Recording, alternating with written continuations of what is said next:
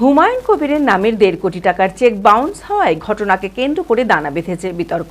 Mohammedan sporting ক্লাবের নামে জুলাই মাসের 3টি তারিখে 50 লক্ষ টাকা করে মোট 1.5 কোটি টাকার চেক ইস্যু করিয়েছিলেন হুমায়ুন কবির, কিন্তু সেই চেক বাউন্স হয়ে যাওয়ায় অভিযোগ উঠেছে। এই প্রসঙ্গে শুক্রবার সাংবাদিকদের মুখোমুখি হুমায়ুন কবির বলেন, এই মোহামেডান স্পোর্টিং ক্লাবের অত্যন্ত দুরবস্থা। এই ক্লাবের সভাপতি হওয়ায় ক্লাবকে টিকিয়ে রাখতে ক্লাবের প্রয়োজনেই আমি ব্যক্তিগতভাবে এই টাকা দিয়েছিলাম, কিন্তু আমাকে কিছু না জানিয়ে চেক ভাঙানো হয়েছিল।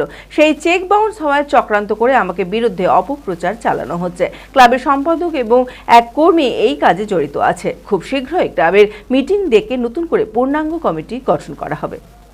মানসিক স্বাস্থ্যের জন্য সবার আগে যে নামটি মনে ভেসে ওঠে, সুস্থ মনের ঠিকানা মনোবীক্ষণ। যোগাযোগ নাম্বার 7477799513। 1.5 কোটি টাকা 50, 50, 50, 17, 20 আর 30 জুলাই 3টে ডেটে আমি চেকটা ইস্যু করেছিলাম আমার ব্যক্তিগত অ্যাকাউন্ট থেকে বা ফান্ড থেকে।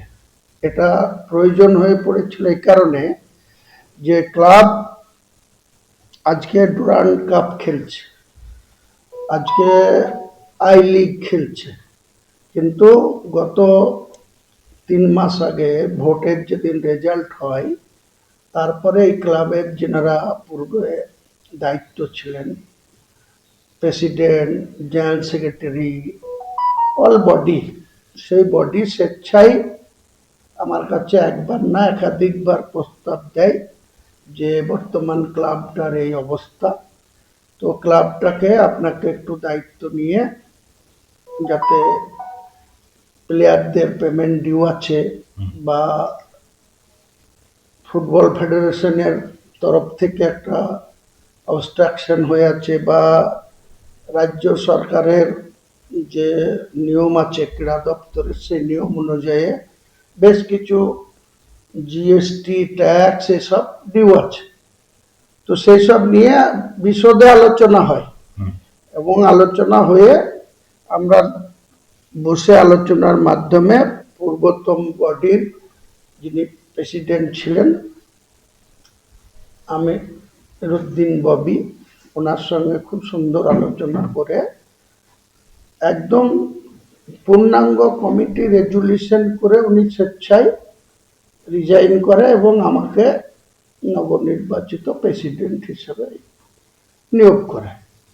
আমি সেদিনকে হিসাব বুঝে নিয়েছি যে ক্লাবের, আমার ব্যক্তিগত না, ক্লাবের প্রয়োজন 13 কোটি 95 লক্ষ টাকা।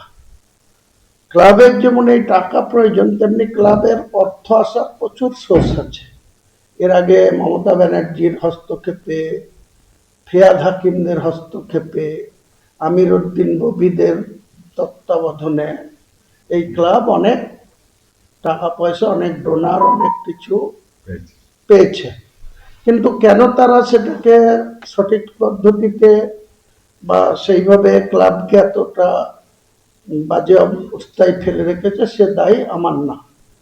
আমি দেখলাম যে এই ক্লাবটা একটা 135 বছরের উপরে বয়স, যেটা ময়দানে মোহনবাগান, ইস্টবেঙ্গল, মোহামেডান স্পোর্টিং এই ক্লাবের যে ঐতিহ্য, ক্লাবটাকে বাঁচানোর দরকার। এই যে আজকে এখন চক্রান্ত করে অপপ্রচার করা হচ্ছে যে আমি নাকি ক্লাবকে ডুবিয়েছি, ক্লাবকে আমরা সার্বিকভাবে, আমি আমার নেতৃত্বে, আমি প্রেসিডেন্ট এবং মাত্র 30 জনের পূর্ণাঙ্গ কমিটি হবে, 25 তো বটে, 30ও করা যায়, তো মাত্র 7 জনের একটা কমিটি রিলিজ করা হয়েছে।